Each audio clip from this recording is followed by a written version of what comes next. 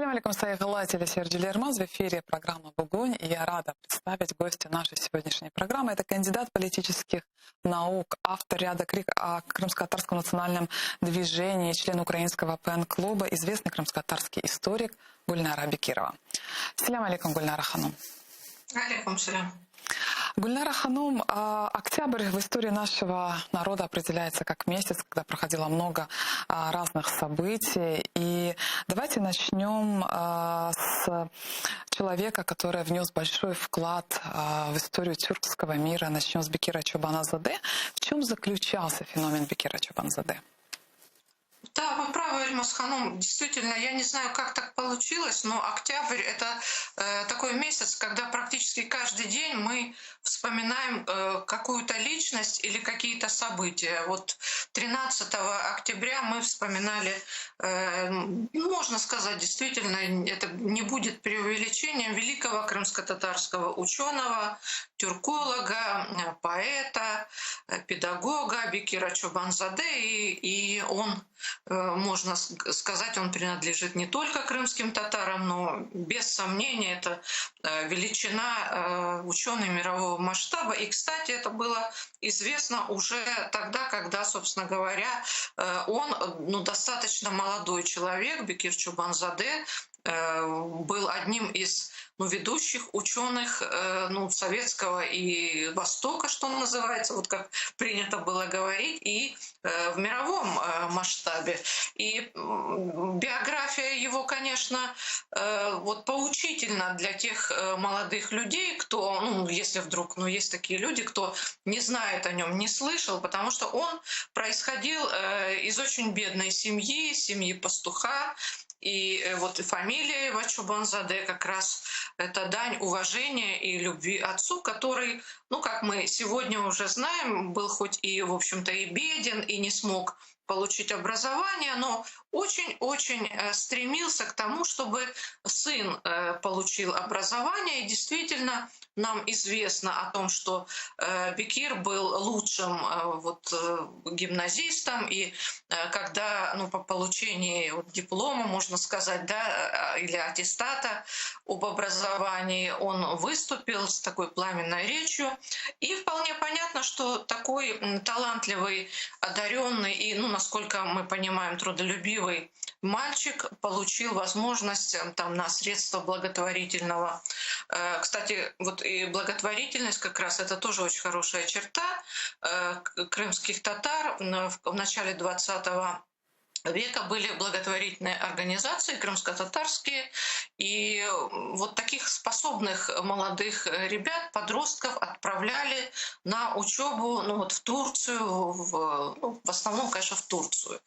И вот один из них, Бекир Чобанзаде, он защитил диссертацию в Будапештском университете. Да, понятно, что это был один из ведущих университетов Европы. Потом вернулся в Крым и стал одним из руководителей партии Мелюферка. И, в общем-то, примкнул вот к этой самой, плеяде людей, которые сотрудничали с советскими органами, был ведущим ученым, преподавал в том учебном заведении, которое сегодня называется, условно говоря, назывался Таврический национальный университет, тогда Крымский педагогический институт.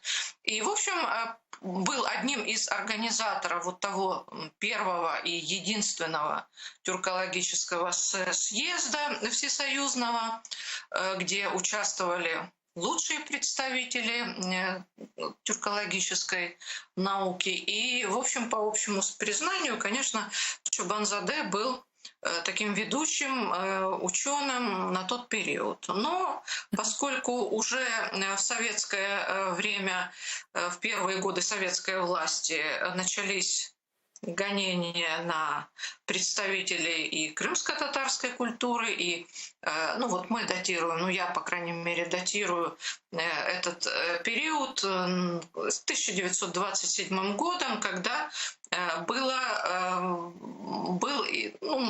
открыто, можно сказать, дело партии Мелюферка но в том числе, разумеется, и тех людей, кто вот в этой, ну, партия официально, вот согласно документам ОГПУ, она начала существование свое в июле 2017 года, но мы помним, что такое июль 2017 года. Это, по сути, те люди, которые готовили первый Курултай крымско-татарского народа, это и Нуман Челебиджихан, и Асан Сабри Айвазов. Ну, в общем, все те люди, которые со временем подверглись очень суровым репрессиям. Бекир Чобанзаде с середины 20-х годов уехал из Крыма. Ну, по-видимому, я думаю, что это было все-таки связано с тем, что, ну, он хотел работать, жить, а не закончить свои дни вот в 28 году, как, значит, это случилось со многими его соратниками.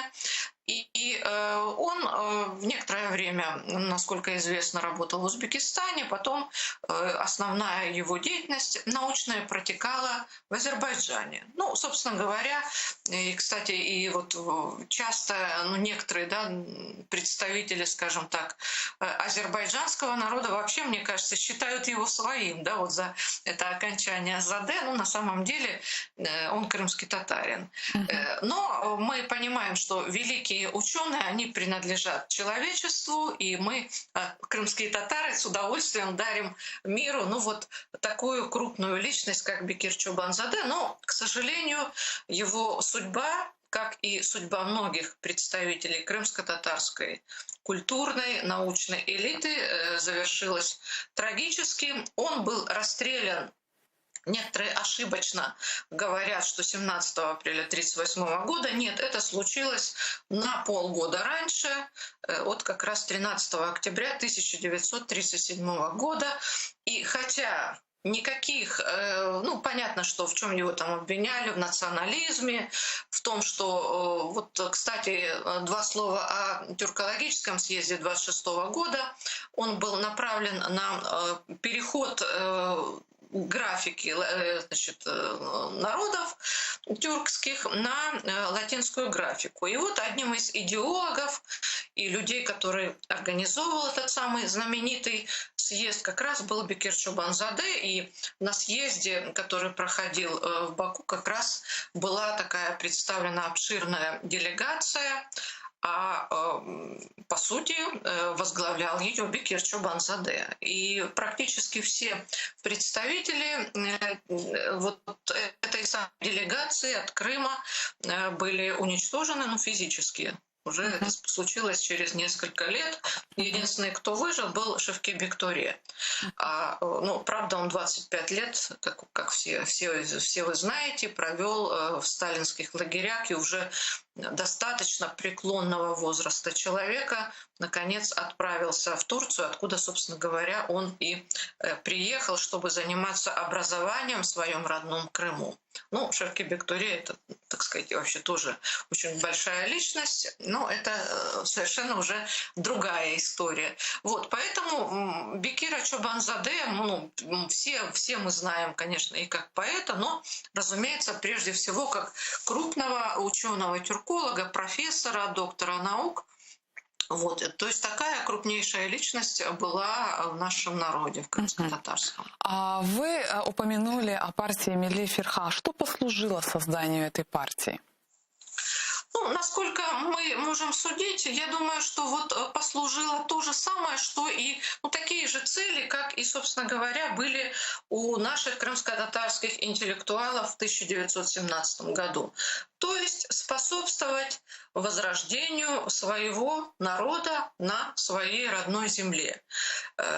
Естественно, после первой аннексии Крыма 1783 года крымские татары очень быстро превратились на своей исторической родине, в Крым, ну, так мягко говоря, людей второго сорта.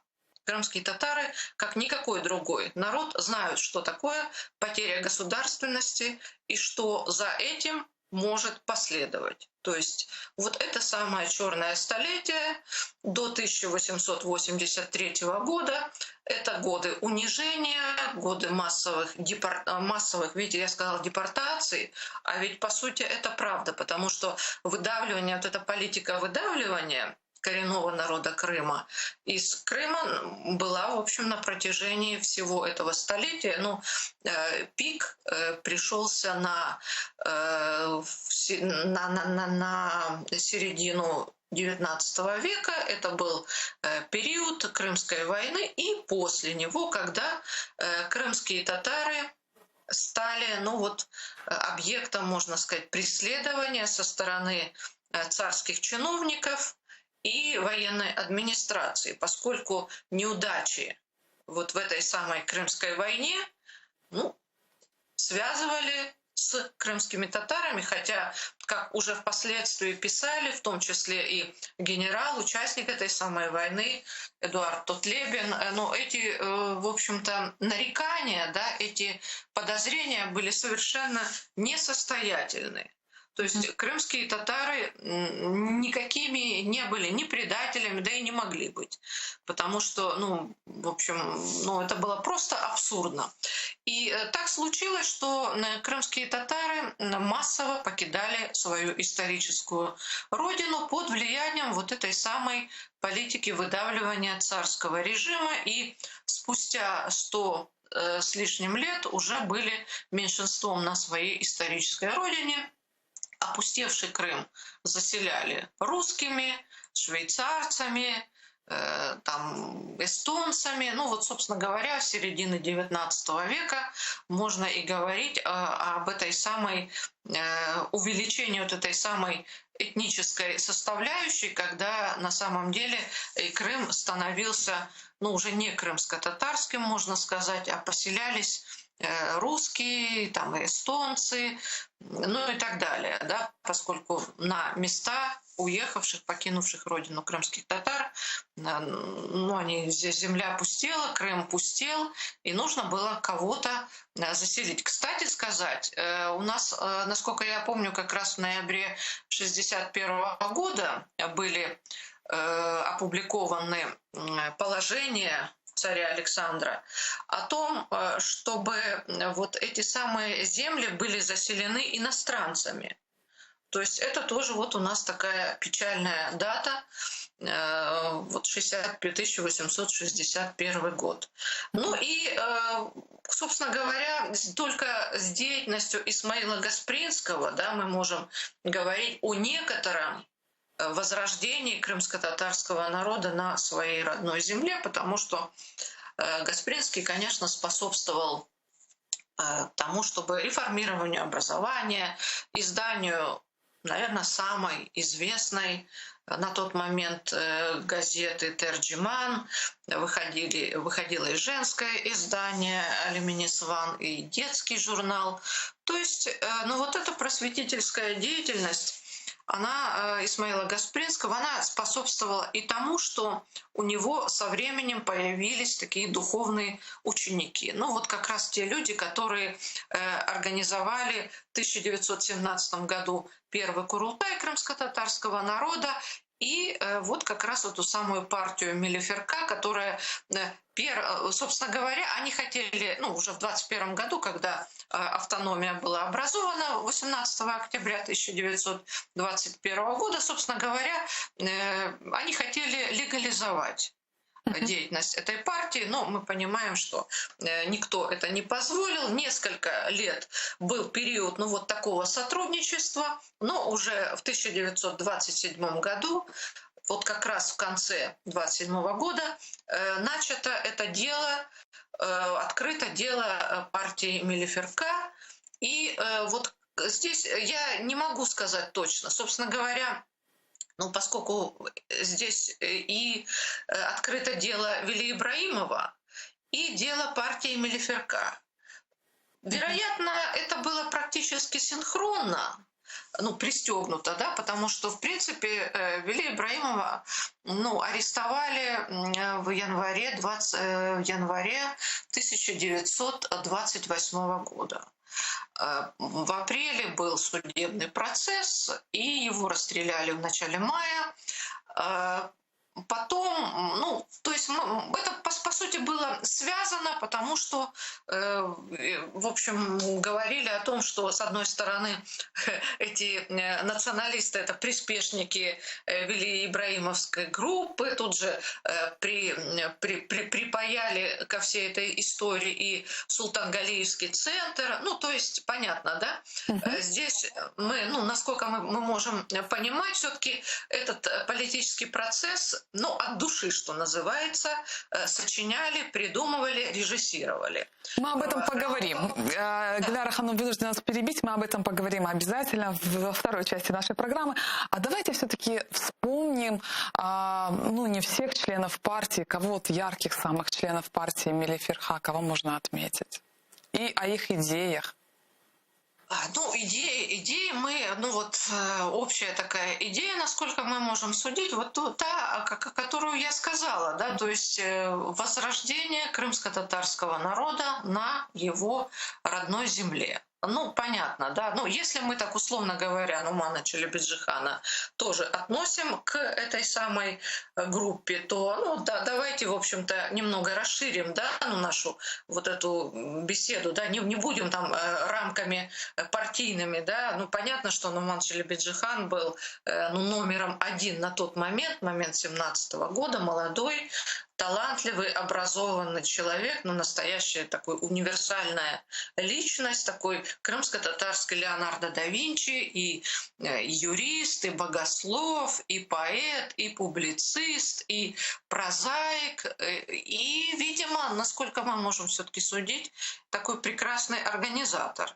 Потому что молодой человек, который пользуется такой популярностью в народе, как Челебеджихан, ну, вероятно, все-таки это действительно была такая неординарная личность, и который тоже учился очень много, тоже вот шел к этому буквально, к этому своему политическому лидерству шел, ну, буквально с молодых ногтей, да, что называется, с учебы в Турции. Ну и там же он познакомился со своими будущими соратниками, ну, прежде всего, конечно, любимый нами всеми, ну, не знаю, мною так точно, Джафер Сейдамет, вот, который в определенном смысле, наверное, он был немного, ну, отличался, да, по характеру, потому что он был все-таки из такой состоятельной семьи. Он, ну, отец, насколько мы можем судить, отца просто не устраивало вот это образование, которое было в этих школах Мектебе, и он решил отправить сына учиться в Турцию, что, в общем-то, было вполне логично. И Джафер Сейдамет действительно там учился. Он был в этой группе вот, молодежи, да, Бибулао Дабаш, значит, то есть молодой человек, поэт, то есть человек, который, ну, понимаете, они все, конечно, эти люди были заряжены вот этой самой идеей, чтобы крымские татары возродились на своей родной земле, не были людьми второго сорта, там тот же Шевки, ну, наверное, Шевки Бектори, да, Шевки, конечно, Шевки Бектори вместе с ними был, потому что он, собственно, оставил для нас описание молодого Челебеджихана, то есть это, наверное, на сегодняшний день там единственное такое яркое очень описание его внешнего облика, его внутренний такой, ну, какой-то такой очень проникновенный образ Шевки Бектори нам оставил Нумана Челебеджихана. То есть вот эта молодая поросль, люди, которые, ну, по сути, наверное, были соратниками, правда, можно так сказать, вот они через несколько лет вернулись в Крым и решили провести вот этот самый Курултай крымско-татарского народа, который мы вспоминаем и будем, наверное, вспоминать. Мы, крымские татары, будем вспоминать его всегда, потому что это была, пусть, как оказалось впоследствии, не вполне удачная попытка придать Крыму, ну, вот, новую траекторию, но достаточно все-таки яркая, потому что, ну, вот, что называется, за попытку спасибо. Да, конечно, у них не получилось. Да, конечно, это Асан Сабри Айвазов. естественно, противоречивая личность, и он был учителем, он был, вне всякого сомнения, чрезвычайно одаренным человеком, талантливым. Он редактировал некоторое время газету «Терджиман» после смерти Гаспринского. Он занимался редактированием других изданий. Ну, мы, наверное, несколько слов позже скажем, да, о Асане Сабри Айвазове, вот как раз в силу противоречивости. Вот как раз я вижу, да, что вы хотите мне задать вопрос, но в 18 году, это то, что было в 30-м, мы еще вспомним, да, наверное? Конечно. Но в 18 году Асан Сабри Айвазов занимал чрезвычайно радикальную позицию, уже когда была попытка возродить первый Курултай после гибели Челебиджихана и, по сути, ну вот первого захвата Крыма большевиками. Вот тогда Асан Сабри Айвазов как раз выступал за независимость Крыма, за независимое государство, и пусть даже под протекторатом Германии. Конечно, ему все это припомнили, как мы понимаем. Ну, когда вот читаем дело партии Мелиферка, мы видим, что абсолютно все большевики, вот каждый шаг, я просто поражаюсь, как можно было, вот я перед вашим эфиром просто заглянула, ну, у меня есть скопированное дело партии Мелиферка, и я просто заглянула, ну, не хочу сказать, что там каждый шаг прослежен, но насколько большевики восстановили вот эту самую биографическую сторону. Там и Халиль Чапчакчис, и Джилил Хаттатов, и, конечно, Ахмет Озенбашлы очень талантливый человек, и один из лидеров партии, ну вот, один из лидеров первого Курултая, да, то есть талантливейший публицист, врач и прекрасный организатор. Вот эти самые люди, их биографии восстановлены, и мы находим, ну, наверное, самая полная биографическая часть как раз вот в документах ОГПУ. Ну, я понимаю, что у них были возможности, они прибегали и к пыткам, и там и анкетировали, и допросы были многочасовые. Но вот, конечно, это была очень-очень большая трагедия. И когда после расстрела Вели Ибраимова спустя несколько месяцев уже вот 63 человека были арестованы, 58 из них были осуждены, ну вот согласно документам дела Мелиферка, и значительная часть людей как раз имела вот этот самый гриф ВМН, то есть высшая мера наказания. Я сейчас не могу сказать точно, я могу, конечно, посчитать, потому что у меня есть вот как раз эти фамилии, но значительная часть людей как раз была расстреляна, и многие были осуждены к большим срокам ссылки и тюремного заключения. Гульнар Ханом, а вот то национальное движение, оно было демократически революционным наверняка. И скажите, вот интересно, а была ли попытка партнерства между Крымом и Киевом? Ну, да, разумеется, вот эти попытки предпринимались как раз в 1917 году, в 18 году.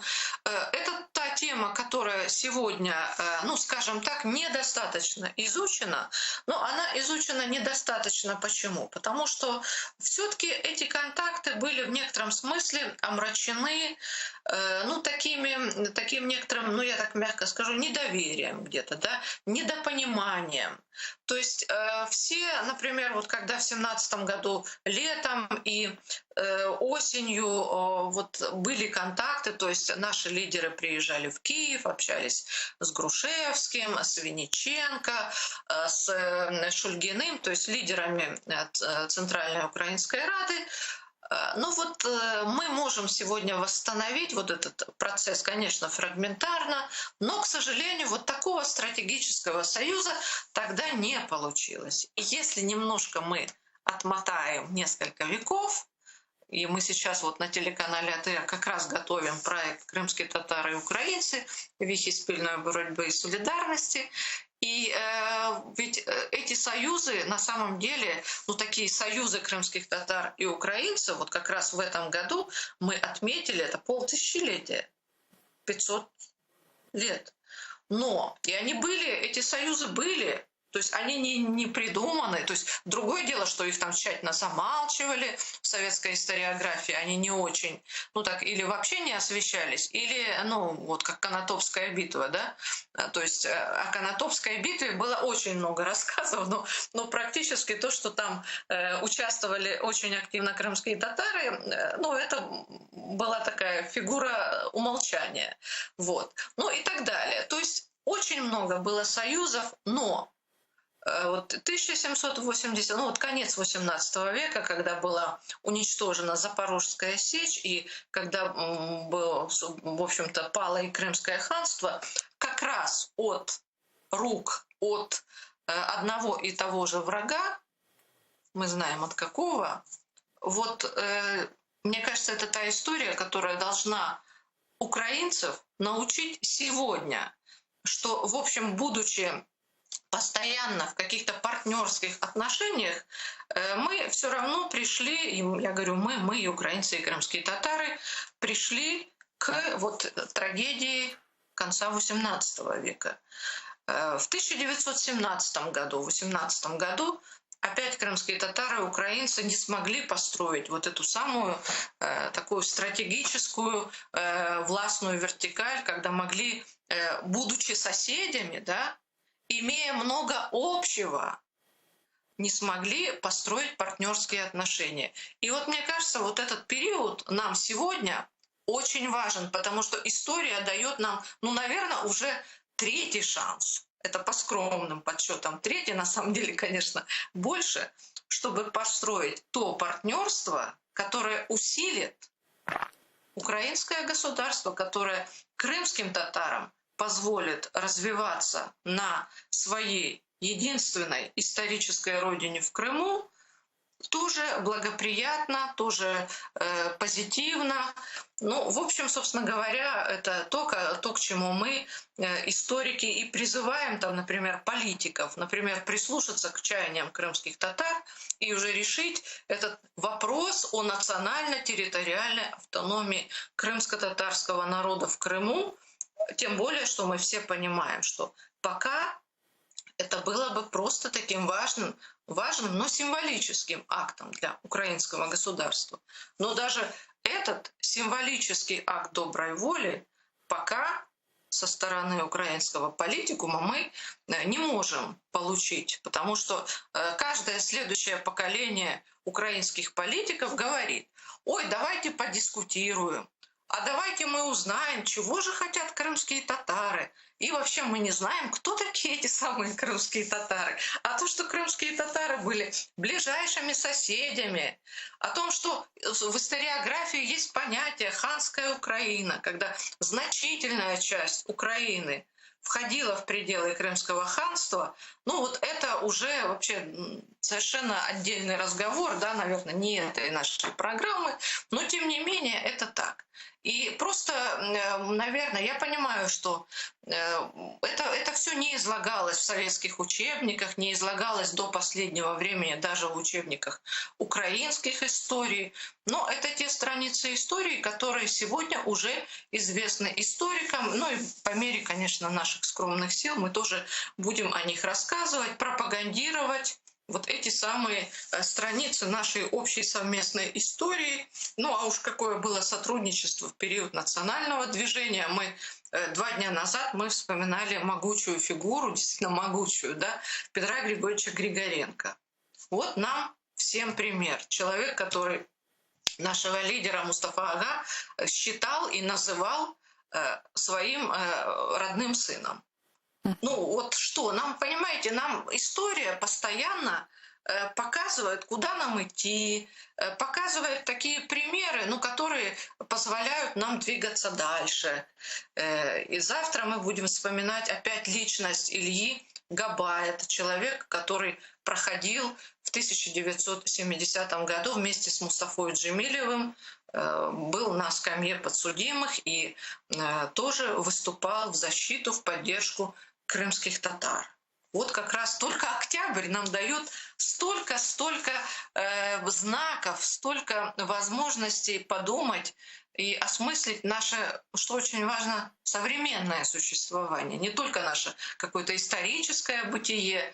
Вот. Историческое осмыслят историки, а мы просто дадим возможность там, тем, кто не знает, ну хотя бы сравнить, вот какие-то, провести какие-то параллели, аллюзии с современностью. Мне кажется, что для думающих людей, каковых, кстати, в Украине достаточно много сегодня, это очень даже было бы неплохо. Мгм.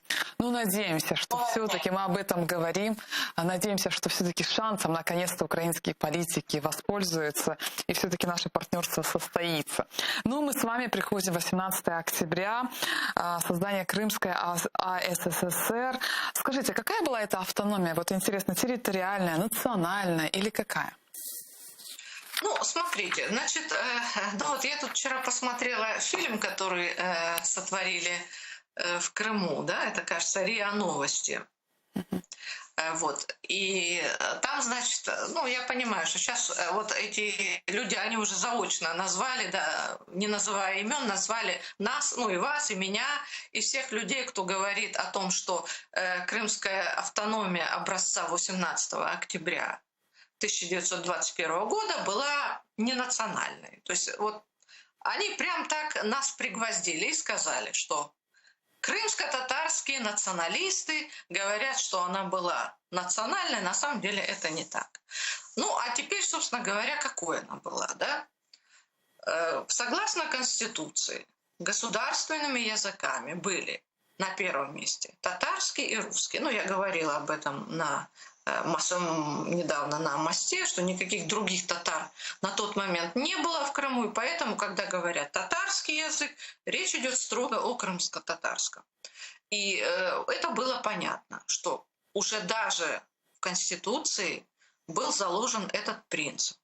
Неоднократно говорилось о том, партийными руководителями, и это мы все видим, начиная с 17 года и так далее, даже в 31 году, когда уже, собственно говоря, были там и попытки превратить ее в интернациональную, говорили, что, я буквально вот цитирую Ивана Козлова, партийного функционера, его доклад о партийном строительстве в 1931 году, что не вызывает никаких разногласий в партийной организации, что вопрос о коренизации, а коренизация – это вот как раз политика национальных республик по развитию вот этих самых национальностей. Ну, в разных регионах были разные, разная, да, коренизация, но в Крыму она называлась татаризацией. Странно, да? Вот почему бы это вот так вот она называлась татаризацией?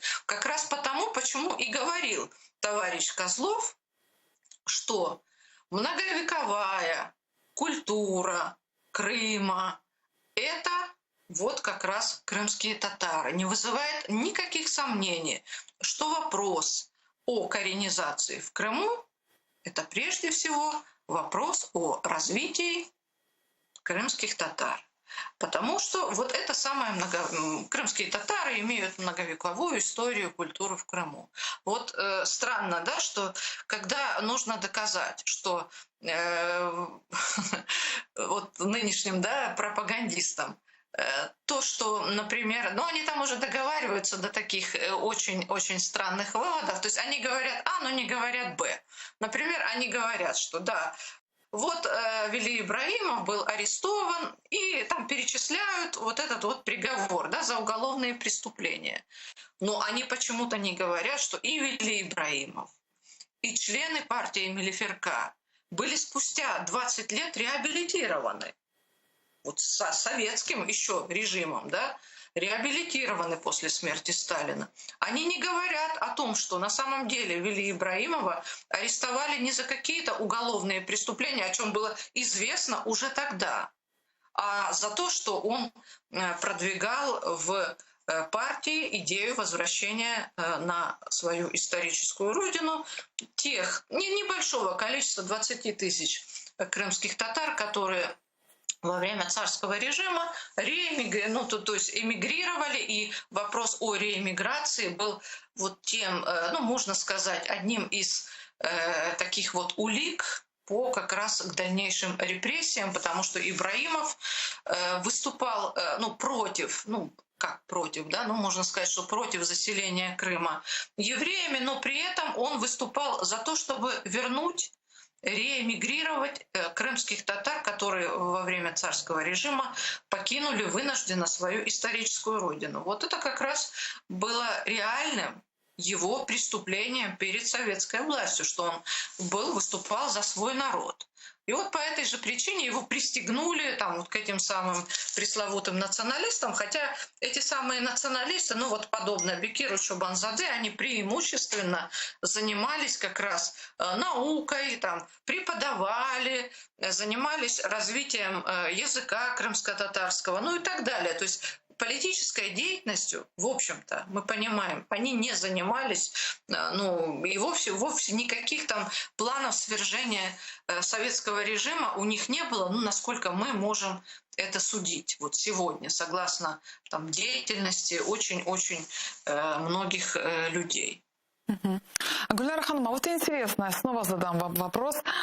Скажите, а вот тогда стоял ли вопрос, какому центру будет подчиняться автономия, украинскому или РСФСР? Да, были такие размышления, к какому центру, да, были как раз разговоры о том, что Крым может ну, как бы относиться к Украинской ССР, но, в общем, все равно победила вот эта вот тенденция, что Крым со временем стал ну вот частью как раз в 2021 году был отнесен в состав РСФСР. Уже понятно, что здесь, может быть, конечно, такая логика, ну, чисто географическая была немного странная, да, потому что, ну, логичнее было бы, ну, чтобы все-таки он и тогда был украинским, но вот тогда все-таки тогдашняя Российская Федерация была, ну, негласно, да, и, кстати, и в последующие десятилетия, да, ну, таким негласным первым, да, первой республикой, скажем так, да, РСФСР вот, ну, в составе Союза. Вот. И тогда были такие мысли, идеи, но, в общем, в результате это привело, ни к чему не привело, и Крым стал, ну вот тем, кем он стал, Крымская АССР. Насколько мы можем судить, все-таки были размышления о том, чтобы ну вот термин «полная автономия», да, такой существует как раз насколько мы можем судить, вот как раз у этих людей, там у Чобанзаде, у Бекира Чобанзаде, у Айвазова как раз были идеи такой полной автономии, то есть ну, больше прав Крымской АССР вот об этой автономии. Да. Но ничего этого не получилось, все равно был, ну, насколько мы можем судить, такая жесткая вертикаль, все-таки подчиненность, конечно, центру, все в значительной степени решалось в центре. Вот. Ну и, собственно, последующие годы тоже уже и мы можем судить, что все в общем-то, решала Москва.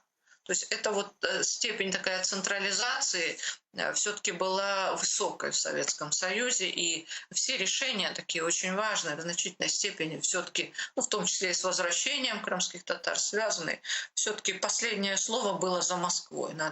Здесь мы не должны тоже обманываться, я уже забегаю вперед, говорю о периоде депортации, после депортационном периоде, это 56-й, ну и так далее, когда ну вот крымские татары, ну, когда решался вопрос, вернуть крымских татар на родину или оставить их в местах ссылки. Я читала тоже документы подготовительные, это, конечно, очень интересный вопрос. Многие задают вопрос, почему, собственно говоря, вернули многих, да, депортированных народов, там, калмыков, балкарцев, ну и так далее, а крымских татар, турок-месхетинцев и немцев не вернули. Я читала документы, конечно, не все здесь понятно, не все документы нам доступны, но, насколько мы можем судить, в общем, решение тогда все-таки было жестко принято, и все равно оно было принято в Москве. Хотя и советовались с Узбекистаном, и советовались, ну, где находилась большая часть крымских татар, советовались с украинской стороной, документы эти сохранились. В общем, украинцы, если так очень коротко, представители коммунистической советской Украины были против возвращения крымских татар и говорили, это представьте себе, в 1956 году они писали, что Крым перенаселен, да? Ну, хотя Крым был на самом деле пустой. Вот. И узбеки говорили, что, дескать, ну, нам все хорошо, пусть, дескать, крымские татары с нами живут, они хорошо укоренились в местах, значит, ну, не говорили в местах ссылки, но, в общем, что, дескать, хорошо работают, у них прекрасные условия. Ну, конечно, в конечном итоге мы понимаем, что эти все решения, скорее всего, были просто оформлены, потому что, скорее всего, были кулуарные некие переговоры, и все это принималось, все эти решения о том, чтобы крымские татары навечно жили в местах изгнания, конечно, принимались в Москве. Мгм. Возвращаясь вновь к теме автономии, интересно, знаете еще, а как крымско-татарская интеллигенция в лице Асана Сабря, Айвазова и других деятелей восприняли эту автономию? Восприняли автономию. Да. Ну, касательно Айвазова, видите, это все-таки действительно очень важная такая фигура, потому что она очень нас, Айвазов нас многому научил. В том смысле, что ну вот, он был одним из лидеров Курултая, это главой, по сути, ну, то есть человек, который, по сути, возглавил, да, Курултай, вел заседания, ну, мы все видим на основных фотографиях, его портреты. Он был одним из тех людей, кто в 2018 году, ну вот как я и говорила, предпринял попытку возродить Курултай. Он был редактором газеты впоследствии, но, как нам сегодня показывают, опять-таки, документы, он был в числе тех людей, кто призывал к сотрудничеству с большевиками. То есть он остался в Крыму. И вот в отличие от Джафера Сейдамета, который покинул Крым, потому что не видел для себя и вообще для крымских татар, ну, скажем так, перспектив сотрудничества с большевиками. То есть он очень быстро предвидел, чем, в общем-то, закончится правление большевиков. Это, конечно, действительно был потрясающий, ну, как мы уже можем судить, это все-таки был потрясающий умный человек. Вот, то есть он был, ну, он предвидел то, что для многих, даже умных людей, было не очевидно, потому что, ведь большевики, ну что уж тут говорить, умели пустить пыль в глаза. Даже при том, что там уровень образования там, первых лиц того же Сталина, может быть, и оставлял желать лучшего. Ну, там были и не глупые люди в правительстве, в руководстве страны. Вот. И Айвазов, разумеется, был вот тем топом, той топовой фигурой, которого, разумеется, арестовали вместе со всеми. Но мы теперь уже тоже знаем, что в 30-м году он уже ну, вот попал в эти жернова, и теперь тоже это хорошо известно, что он стал сотрудничать с ОГПУ и вот как раз оставил для нас воспоминания, тюремные записки. И теперь мы их можем прочитать. Это, конечно, ну вот кто я такая, да, чтобы как бы осуждать, да, допустим, Айвазова. Ну, мы же понимаем, что, скорее всего, там были применены к нему, ну, все. Это история национального контрреволюционного движения в Крыму, да? Да. Вот расскажите, кстати, вот и вас перебиваю, о чем эта рукопись? Я бы хотела, чтобы вы все-таки подробно рассказали. Рукопись — это, в общем, рукопись, которая, с одной стороны, важна историкам, потому что там множество фактов, множество имен о его соратниках, но которые, разумеется, молодые, например, историки и просто такие читатели, да, которые интересуются темой, ну, должны воспринимать вот как раз через эту призму, что эту книгу писал, или, ну, книгу, да, эти записки писал человек с петлей на шее. То есть, насколько мы можем судить, все-таки эта рукопись была написана, ну, по заказу или как, не говорю же по просьбе ОГПУ, да, потому что ясно, что, ну, просьба там была какая. Скорее всего, как очень-очень ценный источник информации, я думаю, что было ему предложено вот это самое сотрудничество в обмен на жизнь. И сотрудничество в виде как раз написания вот этой самой рукописи и этих самых очень-очень подробных описаний революционного, ну вот крымско-татарского, да, движения в Крыму, о его соратниках.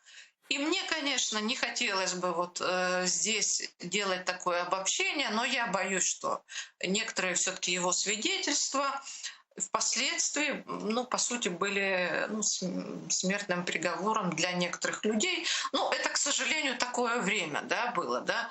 И потому что, например, он очень негативно отзывается о Бекире Чобанзаде.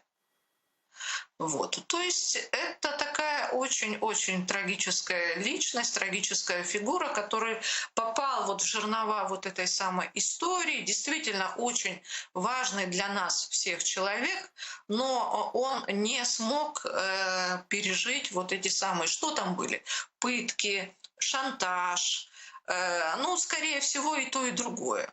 Потому что то, что человек может, не может уже вынести физически. И, конечно, мы помним его вот эти последние фотографии. Это такой сломленный седой человек. Кто видел его ранние фотографии, такой красавец, такой ялыбойский у него типаж, очень правильные, красивые черты лица. Видно, что он, несмотря на то, что он был из бедной семьи, Айвазов был из семьи дровосека. Но опять-таки в силу вот этой его одаренности, мы говорили о Чобанзаде, и вот мы, конечно, должны сказать, что и это тоже очень был одаренный человек, способный мальчик, потом способный студент и соратник Гаспринского, по сути. Вот. И вот что советская власть сделала с этим человеком? Она его, по сути, сломила его волю, и, в общем-то, вот он оставил вот эти трагические для нас всех, потому что, конечно, читать это очень больно, потому что, памятуя его вот эту биографию, и мы видим, что он пишет какие-то очень нелицеприятные вещи для его бывших соратников. И мы понимаем, почему он иногда это пишет, да, просто потому что впоследствии вот эти записки, мы где их нашли? Мы же их нашли в деле ОГПУ, да. И впоследствии, когда уже 17 апреля 1938 года были расстреляны и Асан Сабри Айвазов, и многие из тех людей, кого не уничтожили в 1928 году, его соратников, но их уничтожили 17 апреля 1938 года. Это такая какая-то, знаете, такая действительно шекспировская трагедия, да, личности, и эта история, предательство, видите, я говорю предательство. Не хочется, конечно, это слово употреблять применительно к такой большой личности, как Асан Сабри Айвазов, но вот приходится, хотя я подчеркиваю, кто я такая, да, чтобы выносить какие-то приговоры, человеку, который оказался вот в тех условиях жутких, да, в которых оказался Асан Сабри Айвазов. А милиферковцы, они входили вот в эту автономию, в правительство? В первые годы, да, в первые годы многие, пытались как раз сотрудничать с советами, да, и, работали там, Амет Узенбашлы там работал, там преподавал в техникуме, Абибулла Дабаш был доцентом в Крымском пединституте, работали, как тогда принято говорить, в советах. Бекир Чобанзаде, если я не ошибаюсь, вообще там входил в Центральный исполнительный комитет. То есть эти люди действительно сотрудничали в первые годы с советской властью. В этом не было ничего такого экстраординарного. Раз они выбрали этот путь, они не эмигрировали. И надо признать, что первые годы советской власти, по крайней мере, первые 5 лет, это вполне благоприятный период для крымских татар, потому что здесь уж нельзя говорить о том, что ничего не было сделано. Были и экспедиции по Крыму Усейна Баданинского, которые для нас оставили очень-очень ценные материалы, и мы сегодня ими тоже пользуемся. Были, конечно, мы не можем забывать, что был снят фильм «Алим», и первый народный артист Крымской ССР Хайрия Мирзаде, был открыт Крымско-татарский театр. Тоже не стоит об этом забывать, это то, чего не было. Ну понятно, да, целая плеяда молодых актеров. То есть крымские татары действительно, поначалу рассматривались как коренной народ Крыма, который нуждается в развитии. Потому что, конечно, здесь была и пропагандистская ширма у этой самой Крымской ССР, там это факел для революционизации Востока. Конечно, коммунисты, большевики так рассматривали Крымскую АСР, как вот этот факел в коммунизации Востока. И, конечно, пропагандистский момент обязательно присутствовал. Но были и какие-то реальные вещи, вот как раз открытие школ, всеобщее образование, но, конечно, после 28 года тенденции, да, и, конечно, массовое представительство крымских татар во власти. И, что уж тут говорить, после расстрела Вели Ибрагимова и, честно говоря, там и глава правительства Осман Дерен Айлы тоже был крымский татарин.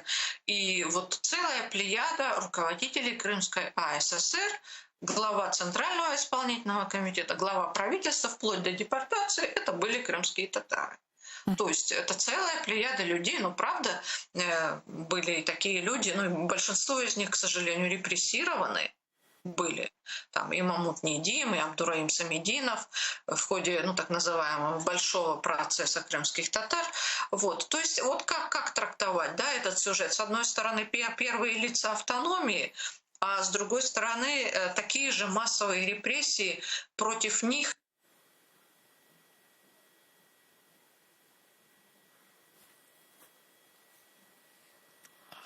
Так, у нас что-то со связью, и буквально через несколько минут наши редакторы снова свяжутся с Гульнарой Ханум. Сегодня мы вспоминаем исторические события, которые происходили в Крыму, вспоминаем автономию 21 года, говорим о видных крымско-татарских деятелях, о Бекире Чубанзаде, о Асане Сабре, Айвазове, о их вкладе в национальное движение, в систему образования.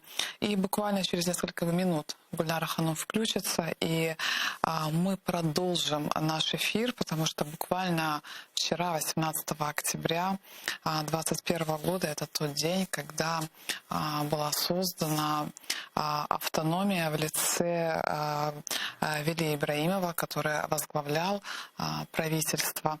И сегодня всех этих людей мы вспоминаем, что им удалось сделать в это сложное, очень сложное политическое время.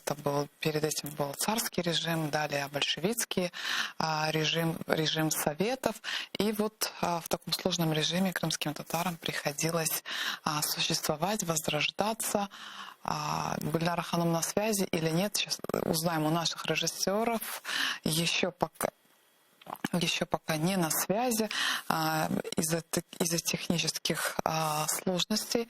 Мы буквально через несколько минут наберем Гульнара Ханум снова. И я напомню, мы сегодня вспоминаем видных крымско-татарских деятелей: Асана Сабре Айвазова, Бекира Чубанзаде и автономию 21 года, которая продлилась совсем недолго. И далее уже был страшный геноцид над крымско-татарским народом. И так сложилось, что вся история крымско-татарского народа, начиная с 1583 года по сегодняшний день, это история борьбы за право свободно жить на своей исторической родине.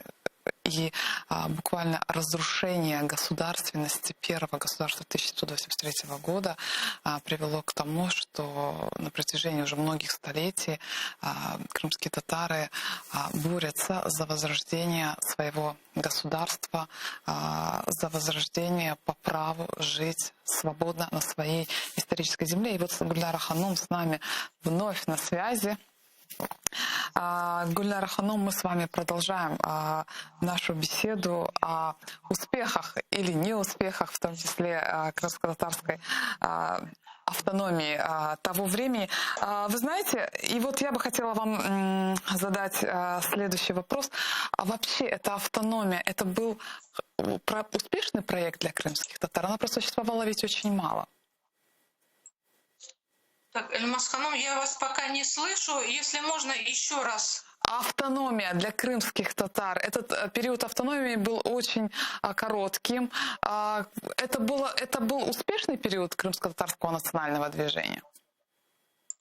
Ну, действительно, это был, конечно, очень короткий период, всего 25 лет, но все равно, в общем, он, конечно, был важен. И вот как раз прежде всего благодаря тому, что крымские татары на тот момент ни у кого не было сомнений, что коренной народ Крыма — это крымские татары. Это очень важно. Было достаточно массовое представительство крымских татар во власти, то, чего у нас сегодня нет. И я думаю, что украинскому политикуму есть чему поучиться в этом смысле. Конечно, были важные очень достижения, связанные с культурным развитием. Это то, о чем я говорила, и экспедиции по Крыму, и исследования истории и культуры крымских татар. И что уж тут говорить, и постоянный представитель Крыма в Москве тоже это была классическая крымско-татарская должность. Ее всегда занимал крымский татарин. Вот. Но вот то, о чем я говорила, конечно, массовые репрессии, это все вот та трагедия, которую мы должны иметь в виду всегда и не забывать об этом. Гульнара Ханум, мы еще с вами будем очень много говорить о нашем крымско-татарском национальном движении, и хотелось бы у вас узнать, вот над чем вы сегодня работаете, над какими проектами, над какими исследованиями? Ну вот непосредственно сейчас, вот прямо вот сейчас даже, мы вместе с коллегами с телеканала АТР готовим цикл передач под названием «Крымские татары и украинцы. Вехи совместной борьбы и солидарности». И скоро выйдет этот самый цикл. И что очень важно, и мне кажется, что этот цикл передач очень важен не только для нас, но прежде всего для украинцев. Потому что он показывает, что сотрудничество наше имеет много-много веков. То есть то, что вымарывалось из учебников, то, что из массового сознания вытеснялось, на самом деле все это было, были и дружба, сотрудничество, солидарность, вот это самая совместная борьба с врагами, совместная борьба за демократию уже вот в последние 100 лет. Ну, в общем, это будет такой цикл программ, о котором, я надеюсь, мы с вами, Эльмаз Ханум, поговорим более подробно. Но вот скоро я уже могу анонсировать. Думаю, что уже в октябре, может быть, в начале ноября наши зрители увидят весь цикл передач. Мне кажется, это должно быть интересно и поучительно. Çok sağ olun Гульнара Ханум за вашу работу, за ваши исследования. Вам искренне признательны. Sağ olun. Sayılı телесердилермус, мы сейчас заканчиваем этот блок. Напомню, гостем нашей программы был известный крымско-татарский историк, и мы вспоминали события, которые были в истории крымско-татарского национального движения в октябре. Буквально через несколько минут мы продолжим наш эфир с нашими гостями из Азербайджана и из Украины. Будьте с нами, не переключайтесь.